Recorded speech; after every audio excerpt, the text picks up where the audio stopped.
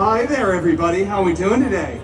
Very good. Yeah, I was just backstage watching the Olympics. Man, aren't those cool? Once every 4 years, we all pretend we know something about diving and gymnastics. Is everybody excited for story time? Very good. Shout out your favorite stories. Cinderpool! Deadpool, creative. Great, yeah. All right. All those are pretty good, but I heard a really good suggestion I think we're gonna go with. It's been a crowd favorite. This one is Cinderpool. Yeah, someone in here specifically requested it. I'm only doing this because of you, no other reason. It's not like it was scheduled at all. All right.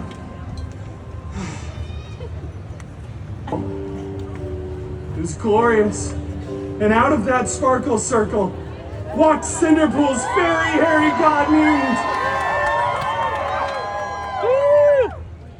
Out of the circle walked Cinderpool's fairy hairy god mutant. I'll just put it in front of you here. Wolverine! That's right, they cheered for you twice. Oh, fairy god mutant Wolverine! I desperately want to go to the big battle, but my stupid step mutants destroyed my costume. Shut up. He said lovingly. What? I'm telling a dramatic story. My costume's been destroyed. I can't go to the battle without it. You do something with a pumpkin and... I don't do anything with a pumpkin. Why should I care? Stop whining. God. Okay, I know, right? Woo!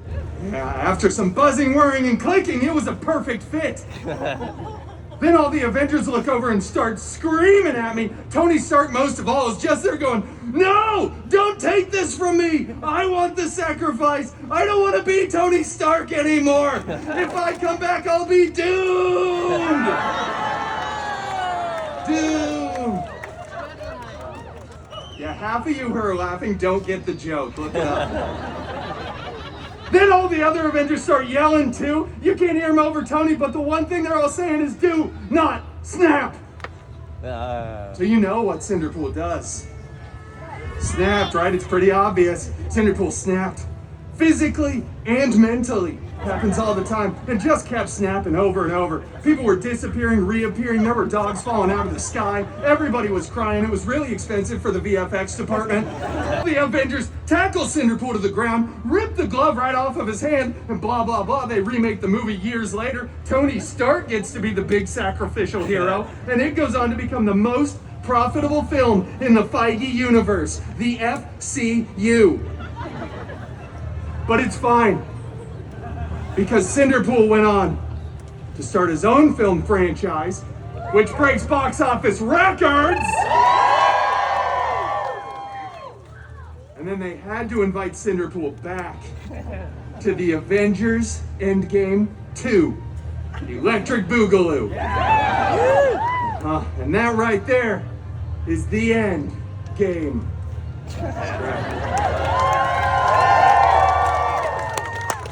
Did I start with a Cinderella riff? It doesn't matter. Comically accurate, Tiny Wolverine. Oh, it's a beautiful day in the neighbor pool. A beautiful day to be Deadpool. It's story time. Story time. Are you all ready for story time? Yes! I heard you guys liked that song just now. You guys a big fan of Mr. Rogers, huh? I'm a pretty big fan of Captain America myself, thank you. All right, well, today I have a story to tell. I really love to talk, so I'm glad you guys are ready to hear one. Today's story is a beloved bedtime classic, mashed up with a very, very profitable licensing agreement. You guessed it, it's Cinderpool. Oh, thank you, I came up with that myself. All right, that doesn't work. Let's see if we can find the opening word, shall we? Okay. You know what? Look at these adorable pictures, by the way. Look at Dogpool, will you? Right? A little shout out for Dogpool. Thank you. I scribbled these myself. All right. Once upon a time. You know what? It just feels wrong when I'm doing it with myself. Why don't we all say it together, shall we? 1, 2, 3. Once upon a time. See, wasn't that so much more fun and interactive when we're all in this together? For those of you that didn't participate, get your head in the game! Anyway, upon that time, once, Cinderpool lived in a big mansion with his shiny-headed step-professor and a bunch of hideous step-mutants. The love of Feige, stop hanging your underwear from the ceiling fan! That rule is so overrated, right, kid? I know. The other main step-mutant, Negasonic Teenage Warhead, such a cool name, right? She was always just texting and rolling her eyes. They were both super jealous because Cinderpool had a much, and I mean much, larger fan base. I mean, this isn't called Storytime with Colossus, now is it? Hello again there, Baby Pool and Tiny Wolverine. When suddenly, a big, strange, sparkly circle appeared. And from out of that big, strange, sparkly circle, walked out Cinderpool's fairy, hairy god mutant, Wolverine! Cinderpool's fairy, hairy god mutant, Wolverine! Wow, this sparkly circle isn't really doing what it's supposed to do.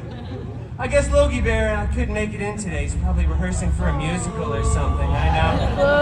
Yeah, you guys can boom even though he's not here. You can boom. Yeah, I know. We all love you, Wolverine, that's why. Well, anyway, you know what? I'm honestly used to doing this with myself anyway, so I can just play both characters. Oh, fairy, hairy god mutant Wolverine! I desperately want to go to the big battle, but my mean step mutants vaporize my costume. Shut up! Growled Wolverine lovingly. What? Well, I don't have a costume. I need to go to the big battle. Stop your whining, Elroy. You know what? Get your own costume. I'm out of here. I'm going to Pim's Test Kitchen, huh? Okay. Well, after that very sage and somewhat Australian advice, Cinderpool headed off to the wardrobe department to get a freshly laundered costume, and then went to the big battle. Cinderpool missed most of it, though, because he stopped for some chimichangas along the way. You know, priorities. Baby Pool gets it. Captain America looked so cool and so ruggedly handsome in those pants. Single glove. Oh, I like your Deadpool socks. Those are very nice. The glove was so fancy, big and gold with beautiful jewels. I think there were 6 of them, not that that's really relevant information. I wonder who this fits, thought Cinderpool before sliding it on. After some clicking, whizzing, and whirring, it adjusted right to Cinderpool's arm. Then, out of nowhere, Iron Man came flying in out of left field screaming, "Hey, take that off. This is my sacrifice to make, okay? I really don't want to be Iron Man until I'm 90. In fact, I would rather be doomed than play Iron Man again. Oh, stop. I don't even know why you guys are laughing at that. Trust me, I'm just as confused as you are. Tony said I love you like 3,000 times, which is kind of weird. But eventually, everyone did come back. Except for those that text and called during a movie theater experience. We didn't want them back. But everyone else did.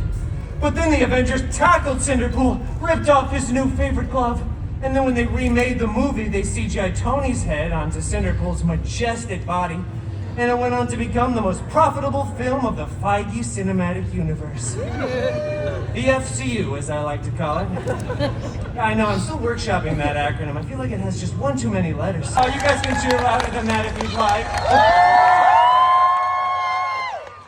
Wow, that was so genuine and non-prompted. Well, I better be out of here. Goodbye, Baby Pool, and goodbye, tiny comic-accurate Wolverine. Thank you for coming to another illustrious story time with your new favorite Disney princess, Deadpool.